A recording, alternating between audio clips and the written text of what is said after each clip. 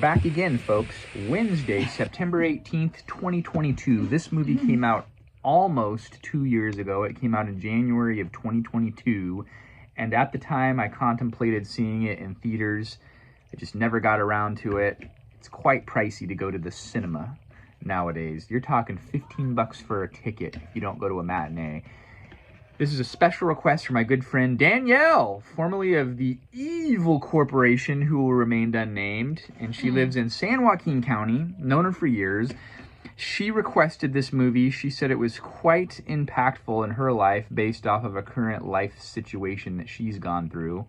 So I could appreciate that, but we're going to review it like we always do here on the channel on the 1 to 5 scale. This movie is called A Man Called Otto. With one of your favorite actors, Tom Hanks. America's actor. So this is based off of, this is an American adaptation of a Swedish film that was made in 2015. That movie was called A Man Called Otto. The original Swedish film is based off of a Swedish book, which is called A Man Called Otto, written by a guy named Fredrik Backman. That movie came out, or that book came out in like 2012, I think. Anyway, this movie is directed by Marc Foster. The two movies off the top of my head that I remember that he directed was Finding Neverland, starring Kate Winslet and Johnny Depp. So he directed that movie, and he directed this other movie, Stranger Than Fiction, Will Ferrell and oh, that's a good one. Maggie Gyllenhaal. I like that movie a lot. So the director, those are the two notable movies. He also directed this movie called Monsters Ball. I think that was nominated for a couple of Academy Awards. I've never seen that one. Did not write down who did the screenplay. There wasn't a terrible amount of information on this movie. Like I said, it came out 2 years ago. The critics' rating and audience ratings are kind of all over the place. Let's see. It has a 2 hour and 6 minute runtime. And this is an interesting film because I didn't realize it until afterward, but they jump around in time. So the movie starts in like 2018 and then runs all the way through 2022. So what is that, 9, 10? It runs over a 4-year period. But it also jumps back to the late 60s, early 70s, where Tom Hanks' younger version of himself is played by he and Rita Wilson's son, Truman Hanks. Do you see the noticeable, now looking back, resemblance? Do you see that? I wouldn't have known until I read it after the fact. I even thought the casting of that guy was like maybe not that great to be a younger version of Tom Hanks, and it's literally his son, so that makes sense. Yeah, I guess it's okay knowing that now, but his face is a lot rounder, you know, but I mean, when you're young, your face is rounder, I guess. That's a younger look. I don't know what I'm saying, but you get it.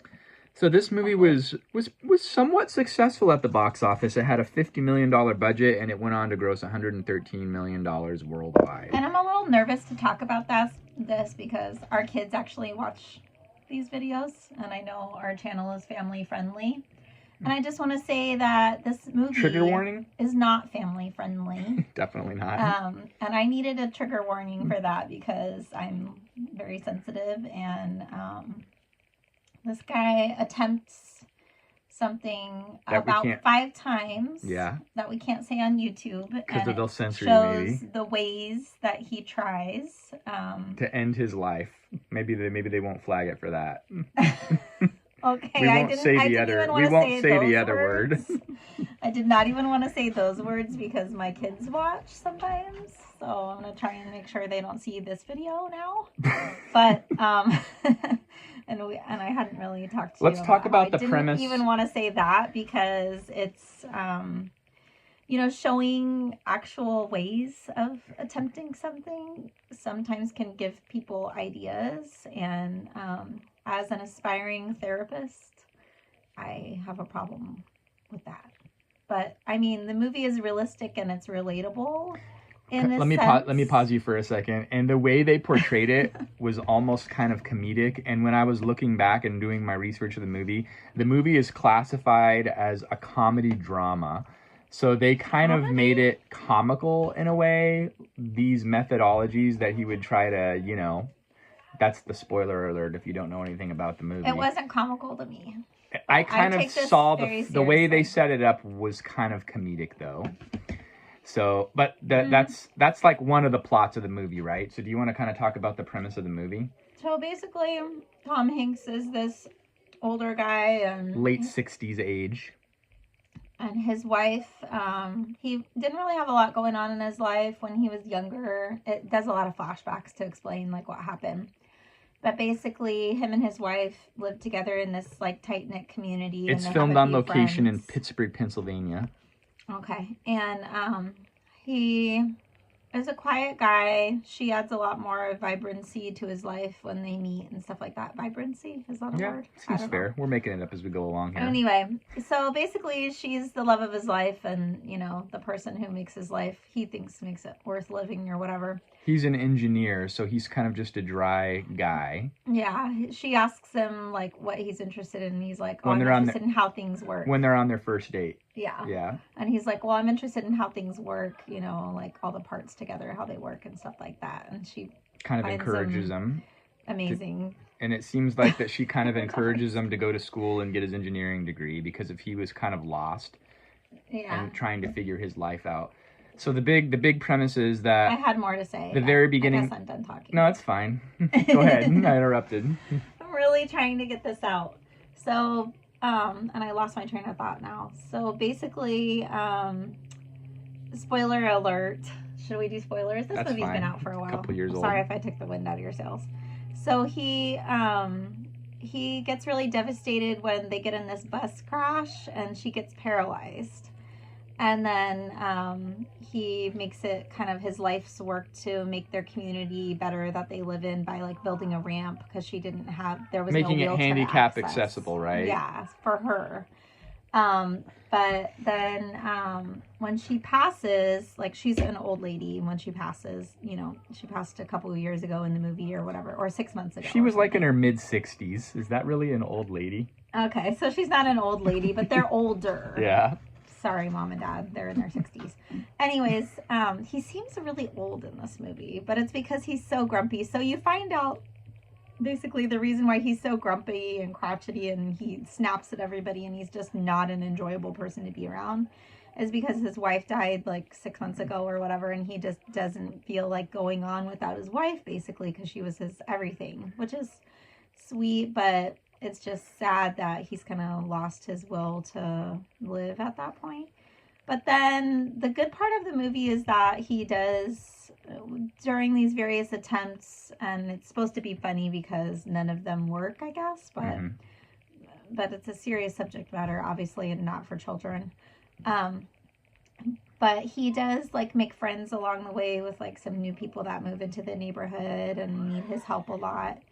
And as he's making friends with different people, it kind of, thank you. We got crying babies in the background. As he's making friends with different people and helping them, he kind of finds like a bigger, hi Samuel. He kind of finds like a bigger purpose and meaning to his life by making it about like serving his friends and the community. Can you go shut the door, Samuel, so I can just finish my thought?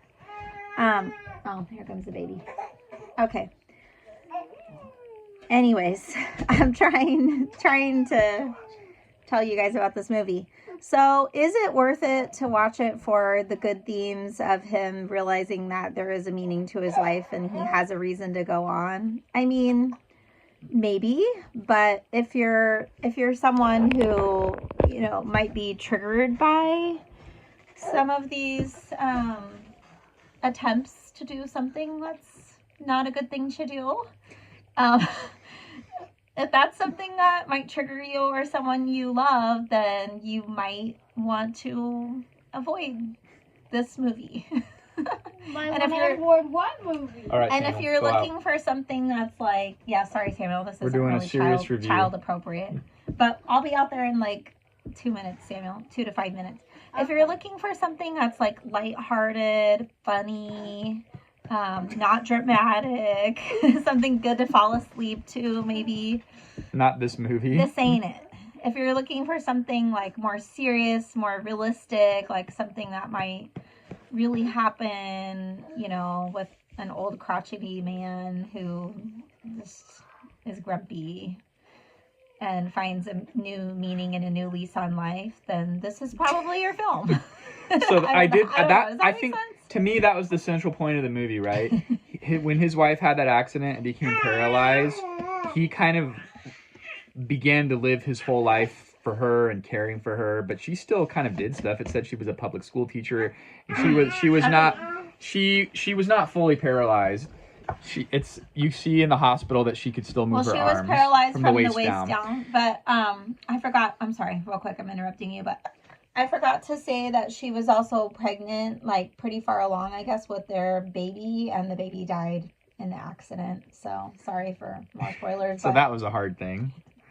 But that was another thing that was really.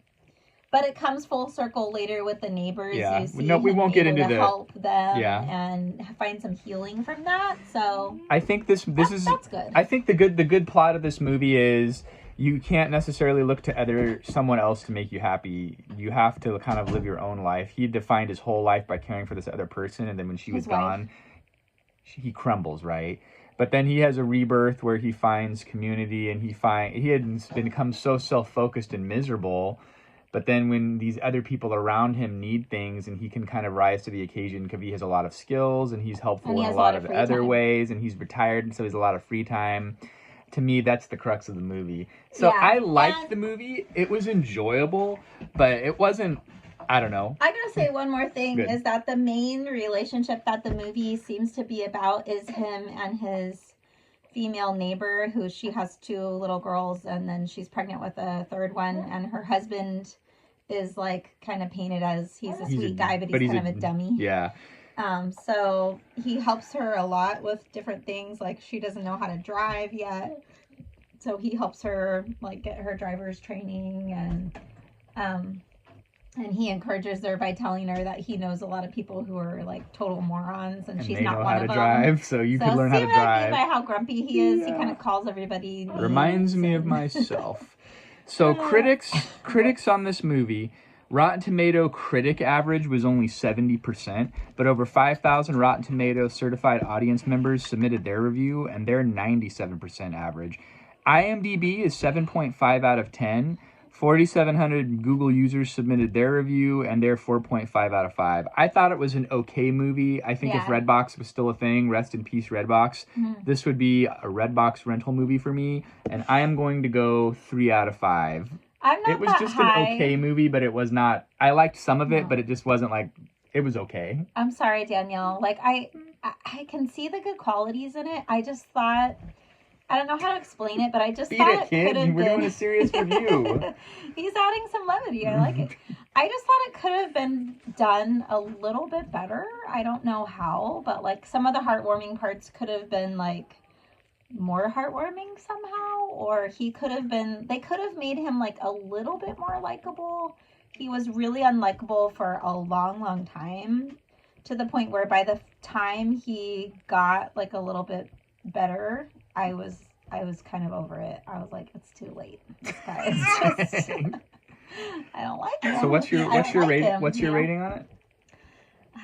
I'm sorry. I think I'm like 1 out of 5. I need like a trigger warning. I really need like some text at the beginning of the movie to say like this movie deals with like mature themes, you know. Like I know it's PG-13 or whatever, but to me that's like a little bit not okay. Like it could almost be rated R to me for like just. There's not really any serious profanity. No, it's very serious what he's doing though, and I think that needs an R rating. I think it should be like 17 and up only are viewing this movie, and there needs to be a warning like this is serious. Anyway, I think your next Tom Hanks movie needs to be something more lighthearted, like Joe versus the volcano. That movie Yes. will not leave anybody with upset feelings after I'm watching after it before an initial bed. viewing. Maybe it's just I'm like You an stayed empath awake or late. something. You stayed awake late contemplating it, didn't you? Yes, I was ready for like a funny, it depends what you're in the mood for, right? So, anyways. Thanks for watching, folks. Thanks, Danielle. Sorry to Thanks for the poo all over recommendation. your video. I know that my friend Danielle has recommended that I watch like 3 or 4 movies, and this is the first one that I've gotten around to reviewing. No, we watched Cocktail. Oh yeah, but she's given me so many other recommendations, and most of them are on streaming. And if you have watched the channel, you notice I like to have a physical copy. We didn't have a physical copy of this movie. We rented it on Amazon Prime for $3.99. Actually, it was YouTube this time, and I set it all up, and it was like $4. It was $3.99. So, just so you're aware. Thanks for watching. We'll see you next time. Have a great day. Bye.